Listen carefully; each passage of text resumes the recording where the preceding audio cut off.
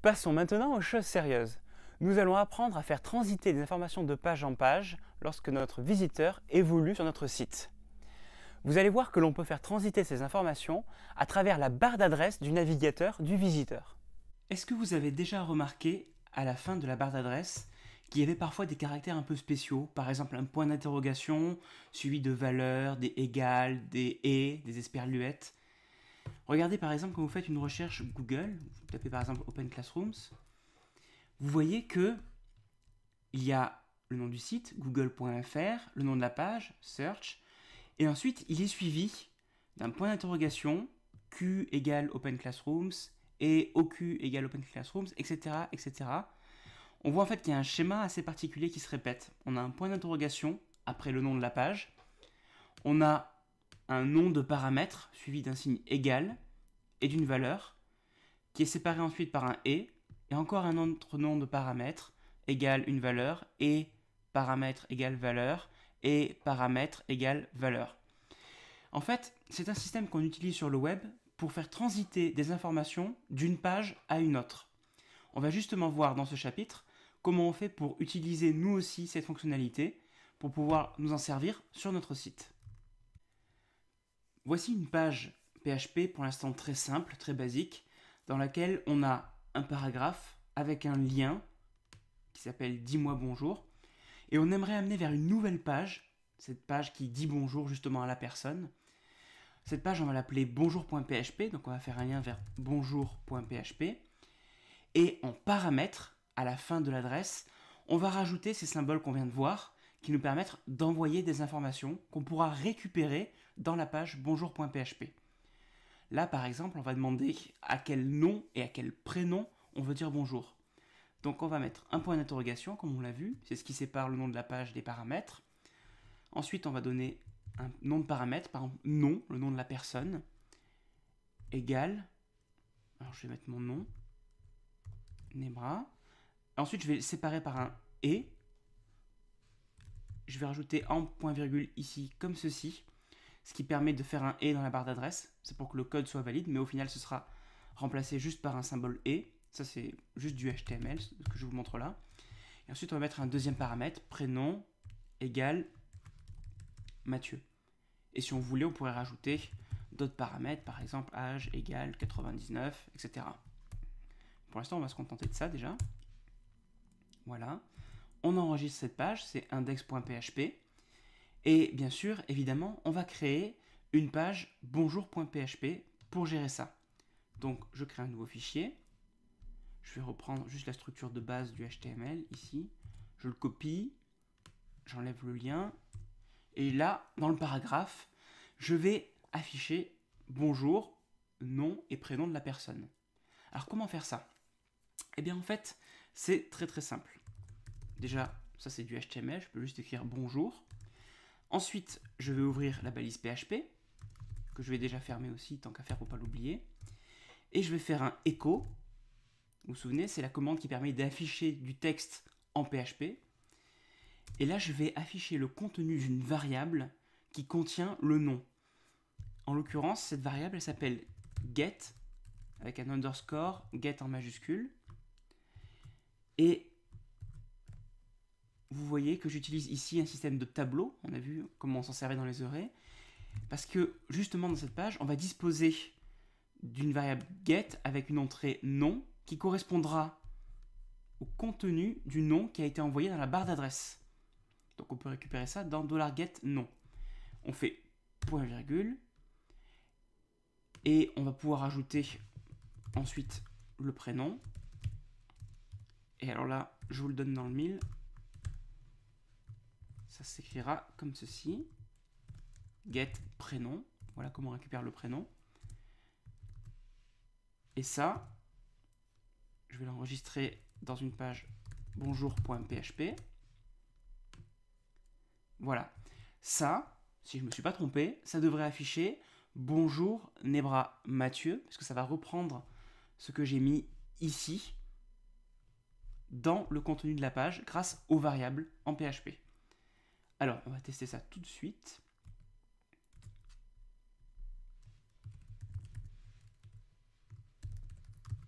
On ouvre notre page index.php. Ah, pardon, c'est dans un sous-dossier que je l'ai mis, cours PHP, voilà. Et là, vous voyez le lien « Dis-moi bonjour » qu'on a créé. Je vous remontre dans l'éditeur de texte, voilà. On est ici, et ça affiche simplement un lien « Dis-moi bonjour » avec les paramètres nom et prénom. Donc, si je clique maintenant sur « Dis-moi bonjour », je vais être amené vers bonjour.php. Vous voyez le point d'interrogation, le nom égale Nebra, prénom égale Mathieu, qu'on a rajouté à la fin de l'adresse. Et vous voyez que la page affiche bien bonjour Nebra Mathieu, parce qu'elle reprend le contenu de nom et le contenu de prénom grâce à $getNom et $getPrénom. Et pour faire ça un petit peu mieux au niveau du code, je vais revenir ici dans bonjour.php. Vous voyez que j'ai ouvert 2 balises PHP l'une après l'autre. C'est un peu lourd, c'est pas forcément nécessaire. Là, ce que je vous recommande de faire, c'est de concaténer des variables comme on a appris à le faire. Je vais enlever ce qu'il y a au milieu.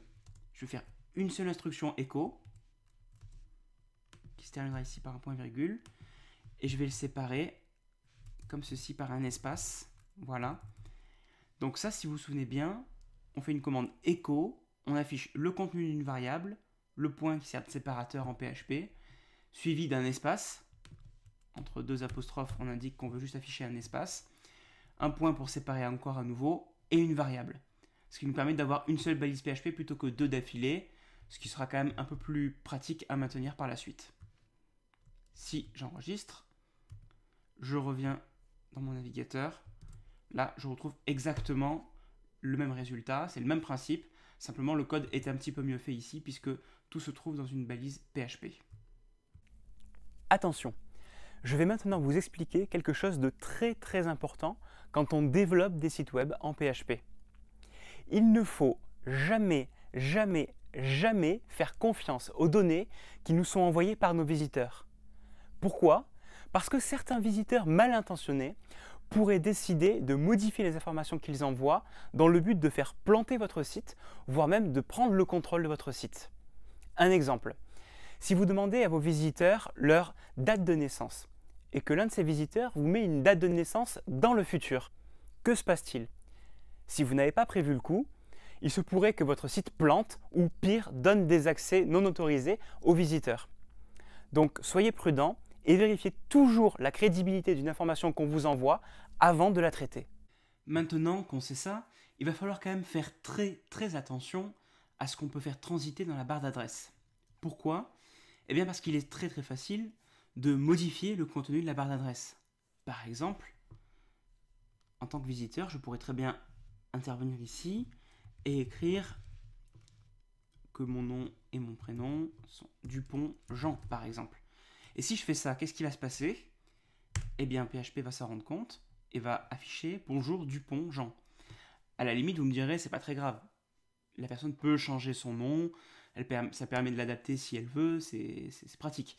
Mais qu'est-ce qui se passe si, par exemple, la personne va enlever la partie du prénom? Ou encore, va afficher nom blablabla à la place de nom? Eh bien, vous voyez que ça ne marche plus. Non seulement le nom ne s'affiche plus, mais en plus, il y a une erreur. Une erreur notice qui dit qu'on essaie d'accéder à une variable qui contient nom et une variable qui contient prénom, et elle n'existe pas. Alors justement, le problème là qu'on a, c'est que l'utilisateur a modifié l'adresse, les variables n'existent plus, et du coup PHP affiche une erreur.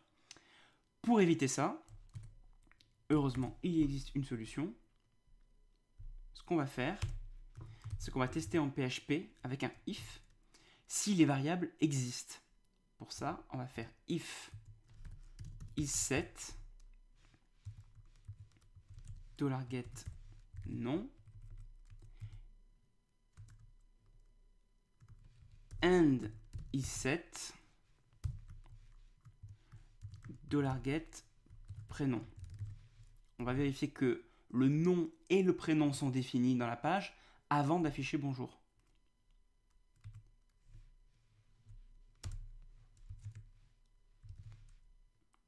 Alors, vous voyez que entre accolades, on va pouvoir afficher bonjour si le nom et le prénom sont définis.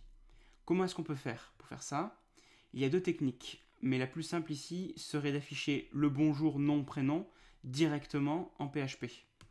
Donc comme on est à l'intérieur d'une balise PHP, on va faire bouger ce echo, on va le mettre ici, et on va commencer par bonjour, voilà, avec un espace aussi, et ça va afficher bonjour, nom et prénom, et là on va pouvoir enlever cette partie-là du code, qui ne sert plus à rien, qui était un petit peu un mélange de HTML et de PHP, et cette fois on fait tout en PHP, tout le contenu du echo on le fait en PHP, voilà. Donc avec ça on a fait if isSet, isSet c'est une sorte de fonction qui va juste valider que la variable existe. Est-ce que la variable nom existe? Est-ce que la variable prénom existe? Si oui, alors affiche bonjour, nom, prénom. On enregistre, on teste ça, j'actualise. Vous voyez, comme ni nom ni prénom ne sont définis, rien ne s'affiche dans la page parce qu'on n'affiche pas bonjour. Par contre, je vais le refaire, mais si je fais Dupont et prénom égale Jean, ça s'affiche bien. On pourrait faire un else ici, ça veut dire sinon, je vous le rappelle, pour dire par exemple echo pas de nom ou de prénom défini. Comme ça, si jamais le nom ou le prénom est absent, on pourra afficher un message d'erreur. J'actualise. Alors là, on a toujours Dupont Jean, donc ça marche. Mais si j'enlève ne serait-ce que le prénom, voilà, directement la page me dit qu'il manque un nom ou un prénom dans la page. On peut même aller encore plus loin. Et d'ailleurs, je vais justement vous montrer pourquoi c'est dangereux de ne pas faire attention à ce qui transite dans l'URL. On va revenir sur ma page qui affiche le nom et le prénom, et on va rajouter un troisième paramètre qu'on va appeler répéter, égale 8, pour dire de répéter 8 fois le message bonjour. Si j'enregistre, j'essaie d'afficher cette page, pour l'instant il ne se passe rien, il n'y a pas d'erreur, parce que le paramètre répéter n'est pas pris en compte dans la page PHP tout simplement. Mais on va justement le prendre en compte. Alors comment faire? D'abord on va vérifier que le paramètre répéter existe. Donc je vais rajouter ici and isSet $get répéter. Et on va faire en sorte de répéter autant de fois le message bonjour qu'on nous l'a demandé avec le paramètre répéter. Donc là, ce qu'on peut faire, c'est une boucle for, par exemple. For $répétition, numéro de la répétition, égale 1, on commence à 1. $répétition est inférieur ou égal à get répété. Qu'est-ce que je suis en train de faire là? Je suis en train de définir une boucle qui m'indique combien de fois le message devrait être répété. Voilà. J'ai ouvert des accolades. Je vais y placer mon echo à l'intérieur, comme ceci. Voilà. Là, ce qui va se passer, c'est que le message va être répété une fois, puis 2 fois, 3 fois, jusqu'à ce qu'il atteigne la valeur de $get répété, c'est-à-dire ici 8 fois. Donc, on va tester ça. J'actualise. Et on voit que le message est bien répété 8 fois ici. Bon, évidemment, c'est pas très joli parce que j'ai oublié de faire un retour à la ligne, ou une balise de paragraphe d'ailleurs. On va faire ça directement ici. On ouvre la balise de paragraphe. On concatène à nouveau. On ferme la balise de paragraphe. Voilà. Ça devrait être un peu plus joli. Voilà. 1, 2, 3, 4, 5, 6, 7, 8. Et là, si je veux changer, eh bien, je peux faire 18 par exemple. Et le message est répété automatiquement 18 fois. Mais qu'est-ce qui se passe si un visiteur mal intentionné décide, par exemple, de demander autant de répétitions? Eh bien, PHP va faire ce qu'on lui demande, c'est-à-dire qu'il va le répéter autant de fois que ce qui est indiqué. Et là, le risque que vous avez, c'est que PHP n'arrive pas à générer la page parce que ça va demander trop de mémoire, ça va être trop gourmand en mémoire, et du coup, il va planter, et peut-être qu'au bout d'une trentaine de secondes, il va s'arrêter automatiquement parce que ça va être trop long pour lui. Il va dire non, je refuse de générer cette page PHP parce que là, c'est vraiment trop long. Donc, ça, c'est évidemment un problème. Il faudrait surveiller qu'on ne puisse pas modifier pour une valeur trop grande le nombre de répétitions. Mais il faudrait aussi surveiller qu'on ne met pas n'importe quoi dans la valeur de répéter. Par exemple, si moi je décide de mettre répéter égale n'importe quoi, mettons grenouille. Ça veut rien dire, répéter grenouille fois. Parce que je n'ai pas mis un nombre alors qu'on attendait un nombre, justement. Donc, pour éviter ça, il va falloir être très prudent. Il va falloir d'une part vérifier qu'on ne dépasse pas une certaine grandeur pour le nombre et vérifier qu'on possède bien un nombre. Donc, en l'occurrence, je vais commencer par vérifier que $getRépété est bien un nombre. $getRépété, est-ce que c'est un nombre? On a plusieurs façons de faire ça. Moi, ce que je vais utiliser ici, c'est que je vais le transformer, $getRépété, en un nombre entier, int, comme ceci, et je vais le mettre dans une variable, par exemple, nombre de répétitions. Voilà. Là, qu'est-ce qui se passe? Je fais en sorte que répéter soit bien converti en nombre et soit mis dans une variable $nombre de répétitions. Comme ça, on est sûr que $nombre de répétitions possède vraiment un nombre et pas un texte comme grenouille, par exemple. Alors évidemment, pour s'en servir, il faut l'utiliser ensuite à la place de $getRépété, parce que maintenant, la variable qui est propre, qui est garantie, qui contient un nombre, c'est $nombre en répétition. Voilà. Et puis, je vais commencer à 0 plutôt. Voilà, comme ceci. J'actualise. Et là, vous voyez, ça n'a pas marché, mais au moins on a évité d'afficher des erreurs parce qu'on a mis grenouille. Je reviens à un nombre, 10. Maintenant, ce que je vais vouloir vérifier aussi, c'est que, en l'occurrence, mon nombre n'est pas trop gros. Alors là, ce qu'il faut que je fasse, c'est que je teste si le nombre de répétitions ne dépasse pas une trop grande valeur. Par exemple, on va dire que jusqu'à 100, c'est acceptable. En réalité, PHP gérerait très bien 1000 ou 10 000 répétitions. Mais pour l'instant, on va se contenter d'une valeur maximale de 100. Voilà. Je vais mettre ma boucle for dans le if, comme ceci. Je vais indenter un petit peu le texte en sélectionnant le texte, en faisant tabulation. Voilà, pour juste le décaler, pour que ce soit plus lisible. Et ça veut dire donc que si le nombre de répétitions est bien inférieur à 100, alors, eh bien très bien, on va afficher bonjour autant de fois que nécessaire. Voilà. Donc, on revient sur la page. Si je mets par exemple 90 répétitions, ça marche. Il y a bien 90 répétitions. Par contre, si j'essaie d'en mettre 190, là c'est plus que 100. Et du coup, rien ne s'affiche. Alors là, si vous voulez vous entraîner, vous pouvez maintenant partir de ce code et afficher par exemple un else ici pour dire que, par exemple, le nombre de répétitions n'est pas autorisé, dans le cas où justement on a fait un trop grand nombre.